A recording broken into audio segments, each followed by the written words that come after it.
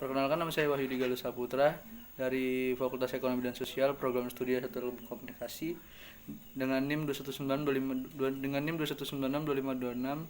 dari kelas ilmu komunikasi 04. Kali ini saya akan memberikan materi tentang etika politik Islam di Indonesia. Indonesia terkenal dengan negara dan masyarakatnya yang pluralistik dan multikultural.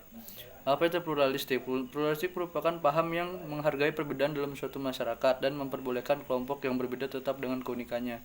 Dan kemudian apa itu multikultural? Yaitu adalah sebuah istilah yang digunakan untuk menjelaskan pandangan tentang keragaman kebinekaan, pluralitas sebagai realitas utama dalam kehidupan masyarakatnya. Kemudian kita masuk di yang pertama, antara negara dan agama. Agama dalam suatu negara tidak selamanya tampil sebagai independen, karena agama sering tampil sangat dependen terhadap negara dan bahkan sebagai alat para penguasa haus kekuasaan. Kemudian yang pertama, gagasan negara agama. Negara yang menjadikan salah satu agama sebagai hukum dasar dalam kehidupan berbangsa dan bernegara. Kemudian dari beberapa negara Islam yang salah satunya yaitu adalah Saudi Arabia, dan mengklaim dirinya sebagai negara Islam. Tetapi konsep makro dan mikro negara tersebut tidaklah identik dengan satu sama lain. Ada yang menganut pemerintahan kerajaan dan ada yang menganut pemerintahan republik demokratis. Kemudian gagasan agama negara. Fungsi agama pada agama negara hanya disebut agama resmi.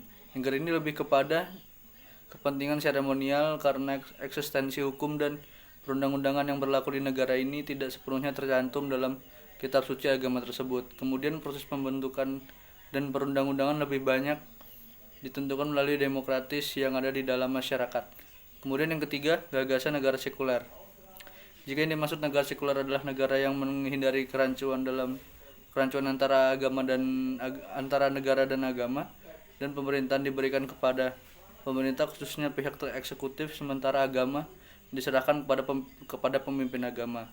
Maka dapat dipastikan negara Turki pada masa kepemimpinan presiden pertamanya Mustafa Kemal Atatürk pada tahun 1881 sampai 1930 sampai sekarang tetap mengklaim negaranya sebagai negara sekuler.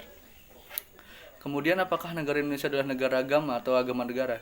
Bukan, karena Indonesia adalah negara Pancasila dan semua agama diberlakukan sama dalam sistem kewarganegaraan. Dalam Republik Indonesia sendiri menempatkan substansi dan nilai-nilai agama dalam kehidupan berbangsa dan bernegara, sebagaimana dalam sila pertama Pancasila dan di dalam alinea pembukaan Undang-Undang Dasar 1945. Sekian dari saya, kurang lebihnya mohon maaf. Wassalamualaikum warahmatullahi wabarakatuh.